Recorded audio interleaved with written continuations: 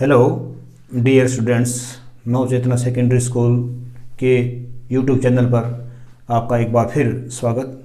तो प्यारे बच्चों, आज हम एक नया टॉपिक लेके आए हैं और वो टॉपिक है एक्टिव से पैसिव्स, एक्टिव वॉइस से पैसिव वॉइस। तो विशेष करके कक्षा 10 में ये 4 अंकों का पूछा जाता है। तो मेरे प्यारे बच्चों, मैं आपको बड़ी आसानी से और बहुत ही सरल तरीके से समझाऊंगा। तो आइए चलते हैं, एक्टिव वॉइस पैसिव वॉइस क्या है और कैसे ये बनाए जाते हैं। तो एक्टिव वॉइस से पैसिव, तो सबसे पहले हम इसका अर्थ जानेंगे, एक्टिव और पैसिव का क्या अर्थ होता है। तो देखिए, एक्टिव का शाब्दिक अर्थ होता है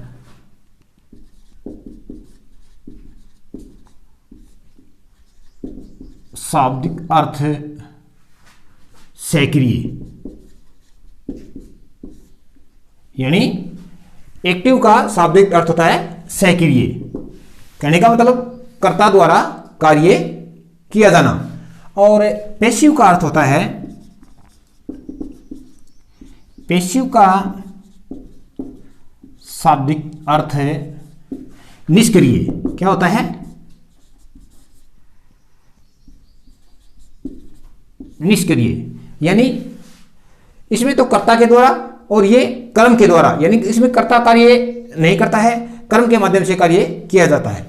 तो एक्टिव का अर्थ होता है सक्रिय और पैसिव का अर्थ होता है निष्क्रिय।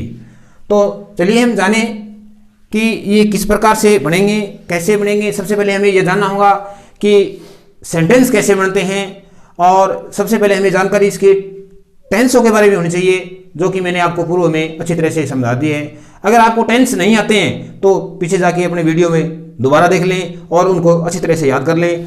यह सब कुछ टेंसों के ऊपर आधारित है।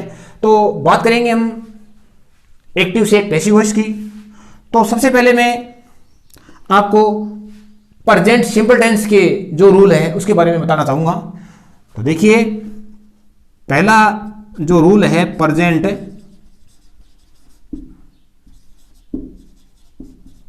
Simple tense. Present simple tense का क्या नियम है? तो बच्चों देखिए, यदि किसी भी वाक्य में वर्ब की फर्स्ट फॉर्म या वर्ब की फर्स्ट फॉर्म प्लस एस या ईएस लगा हो तो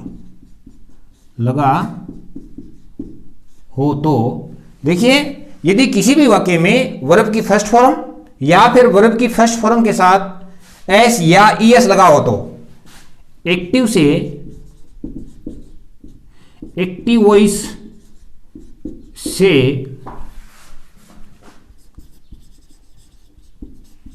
पैसिव वॉइस बनाते समय आवश्यकता अनुसार is am are helping verb का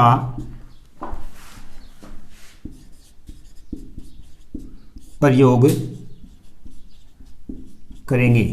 तो देखिए बच्चों, हमें क्या करना है, यदि किसी भी सेंटेंस में वर्ब की फर्स्ट फॉर्म हो या फिर वर्ब की फर्स्ट फॉर्म के साथ एस या ईएस लगा हुआ हो, तो एक्टिव से पैसिव वॉइस बनाते समय हमें आवश्यकता अनुसार क्या करना होगा, is am are helping verb का प्रयोग करना होगा। तो देखिए, इसके बाद टेंस हम जानेंगे। तो इसके बाद हमेशा क्या करना होगा, मैं आपको एक जो सभी टेंसों में जो रूल काम में लिया जाता है वो बताऊंगा। सबसे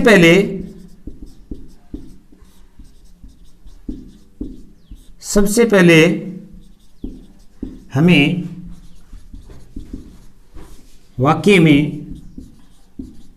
कर्ता, क्रिया, कर्म को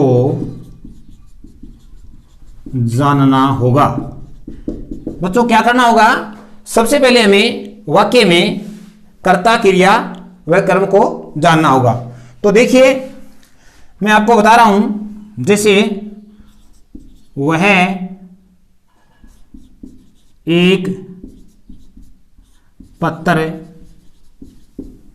लिखता है, वह एक पत्र लिखता है, तो ये काम को करने वाला क्या हो गया? कर्ता हो गया। काम को करने वाला क्या हो गया? कर्ता। और कर्ता के द्वारा किया क्या जा रहा है, क्या क्रिया हो रही है? वो होगी क्रिया, यानी लिखना क्रिया, और ये हो गया पत्र कर्म। तो हमें क्या करना होगा? सबसे पहले ये पहचान कर, जो नियम के अनुसार अगर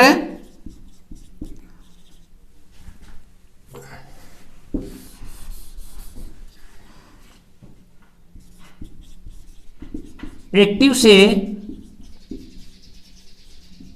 पैसिव बनाते समय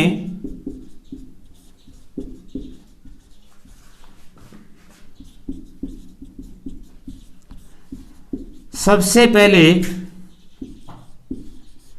कर्म को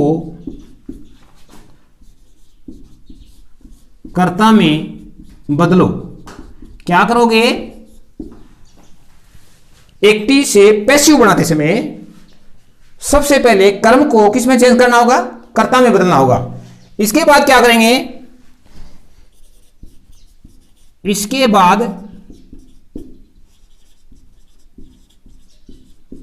आवश्यकता अनुसार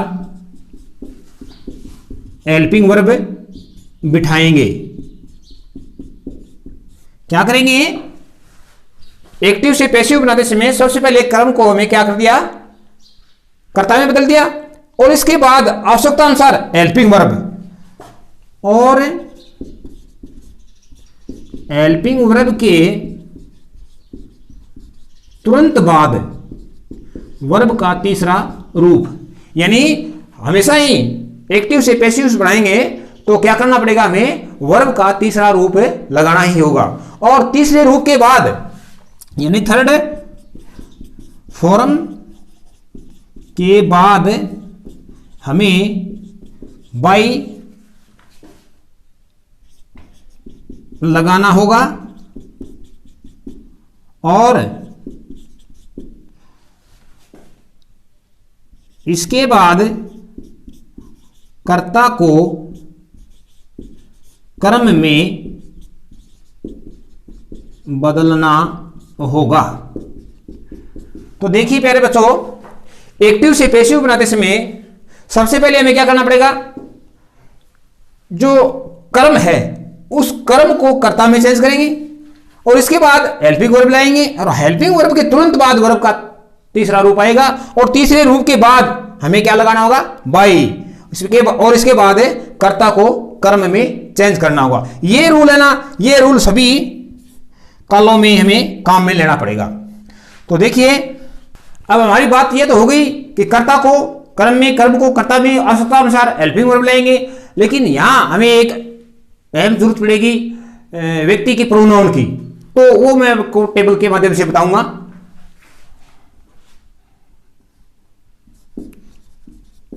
टेबल ऑफ प्रोनाउन। तो देखिए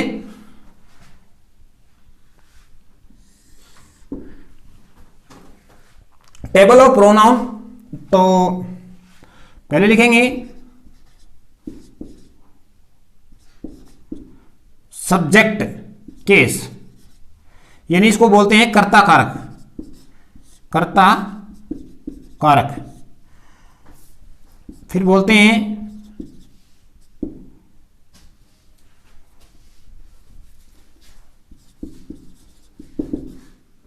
पोसेस केस, यानी संबंध कारक। और फिर बोलेंगे ऑब्जेक्ट केस, कर्म कारक। ये तीन रूप होंगे। देखिए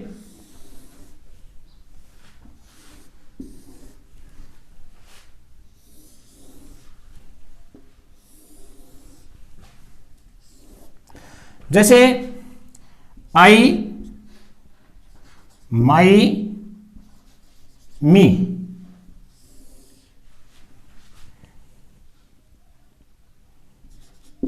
we, our, us. You, your, you. He, his, him. She, her, her.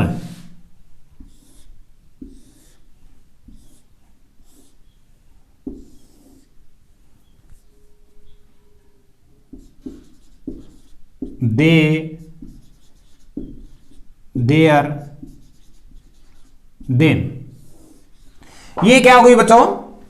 Table हो गई और प्रोनाउन यानी व्यक्ति की प्रोनाउन। ये कर्ता कारक है, सभी क्या है? कर्ता कारक हैं। फर्स्ट इसका क्या है? सब्जेक्ट फर्स्ट रूप है आई और दूसरा रूप है माई, यानी रिलेशन शब्द है माई और मी कर्म के रूप में। इसी प्रकार से वी, और अस। इसी प्रकार से you, your, you. He, his, him, और सी, हर, हर, दे, देयर, देम। ये हमें क्या करना होगा?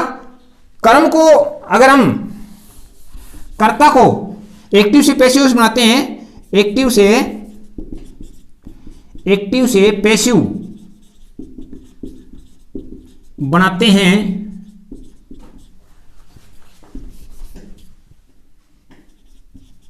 तब हमें कर्ता को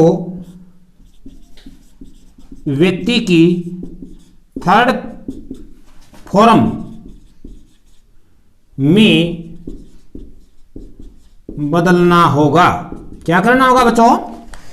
एक्टिव से अगर पैसिव बनाते हैं तब हमें क्या करना पड़ेगा? जो कर्ता होता है उसकी फॉर्म तीसरी हमें कर्म के रूप में बदलनी होगी। तो चलिए, जैसे एग्जाम्पल है,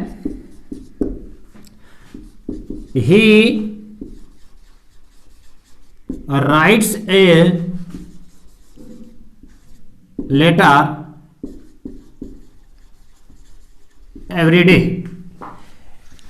तो ये क्या हो गया? Active voice. ये क्या हो गया? Active voice. इसको हम बनाएंगे पैसिव वॉइस में। किसे में बदलेंगे इसको?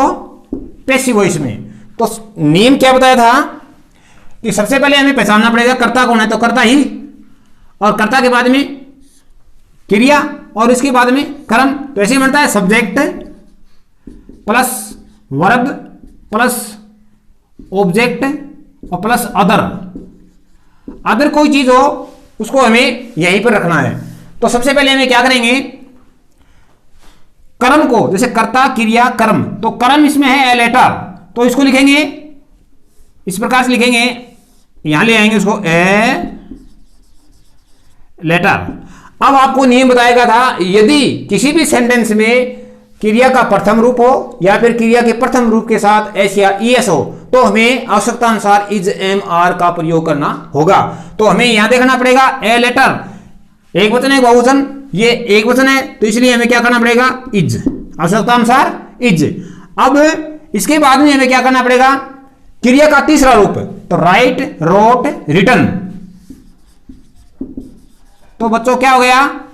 क्रिया का तीसरा रूप हो गया। और इसके बाद में हमें क्या करना होगा? क्रिया के तीसरे रूप के तुरंत बाद बाई का प्रयोग करना होगा। कर दिया। अब कर्ता को कर्म में इसकी फॉर्म ये फर्स्ट है, तो इसको हमें तीसरी फॉर्म में बदलनी पड़ी। जैसे मैंने आपको टेबल बताई थी ना, जैसे आई, माई, मी, तो इसकी फॉर्म क्या हो गई? मी हो गई। जैसे ही, हिज, हिम, तो ये तीसरी फॉर्म इसकी क्या हो गई? ही की हिम। तो लिखेंगे a write a letter is written by him. अब शेष में ये बच गया, तो ये आप यहां लिख दें एवरीडे। आ गया होगा समझ में? अब क्या हो गया? ये तो हो गया कर्म को किसमें बदल दिया? कर्ता में। और ये क्या है? कर्ता, तो इसको किसमें बदल दिया? कर्म में। और ये वर्ब है, ये क्या है? वर्ब। तो इसका हमने क्या कर दिया? वर्ब का तीसरा रूप कर दिया। क्या कर दिया? तीसरा रूप। वर्ब तो यहां की यही रहेगी, लेकिन इसका रूप बदल जाएगा। फर्स्ट फॉर्म को किसमें बदल दिया हमने? तीसरे फॉर्म में बदल दिया। ये क्या गए? तीसरा फॉर्म, और तीसरी फॉर्म के बाद हमने बाई का प्रयोग कर दिया। तो इस प्रकार से क्या हो गया, a letter is written by him every day, ये सेंटेंस अपना क्या बन गया, पैसिव वॉइस का बन गया। अगला उदाहरण देखिए,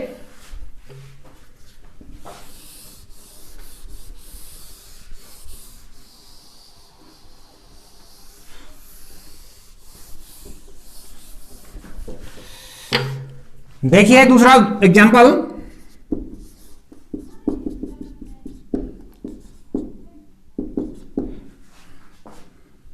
जैसे I play football on the ground.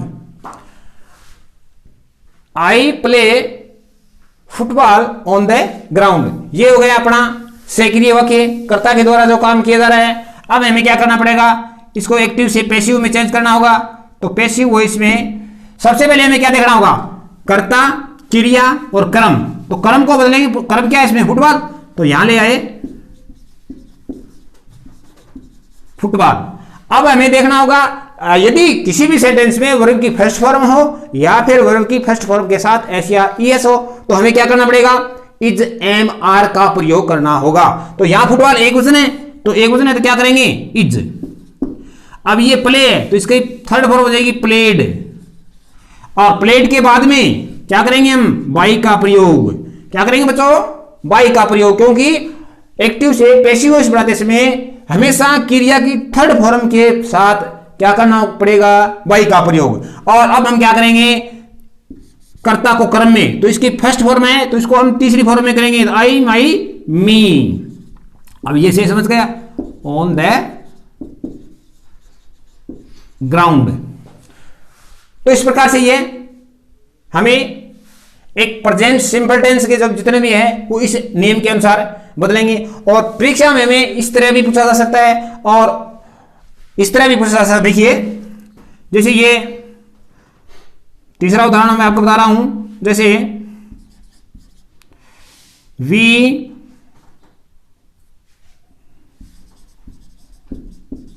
We watch TV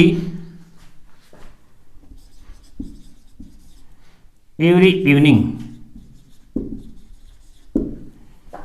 we watch TV every morning. तो हमें यहां ऑप्शन दिया जाता है, जैसे ए में TV has watched by us every morning. B में दे दिया TV is watched by us every morning. C में दे दिया TV had watched by us every morning. और डी में दे दिया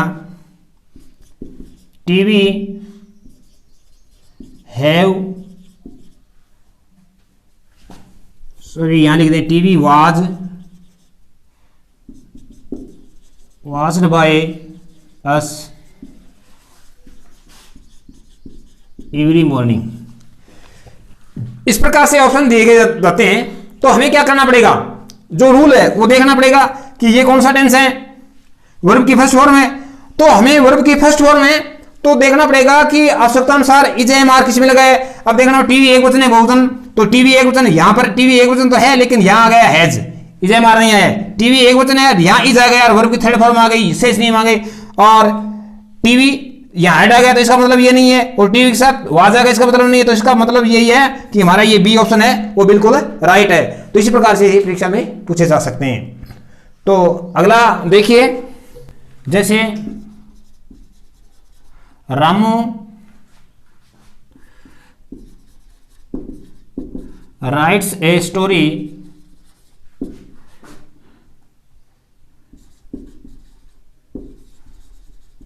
एवरी डे। तो देखना रामू करता है, ये क्रिया है, ये कर्म है, ये अन्य में है। तो हमें क्या करना पड़ेगा, पहले तो टेंस को पहचानना पड़ेगा कि वर्ब की फर्स्ट फॉर्म के साथ ऐसे यस है। तो क्या करना पड़ेगा, सबसे पहले कर्म को कर्ता में बदलेंगे। क्या करेंगे, ए स्टोरी। अब देखना पड़ेगा एक वचन है बहुवचन, स्टोरी एक वचन है तो लगाएंगे इज। अब वर्ब की थर्ड फॉर्म लगाएंगे राइट, रोट, रिटर्न, इसके बाद में बाई, और नाम का नाम बाई रामू एवरी डे। तो प्यारे बच्चों आपको समझ में आ गया होगा, ये इसको क्या कर दिया आपने, कर्म को कर्ता में बदल दिया, और ये क्या है, कर्ता को कर्म में बदल दिया। नाम है तो नाम का नाम ही रहेगा, कोई बदलाव नहीं होगा। और वर्ब की क्या हो गई, तीसरी फॉर्म हो गई। वर्ब की क्या हो गई, तीसरी फॉर्म हो गई, इसके बाद में बाई का प्रयोग हो गया।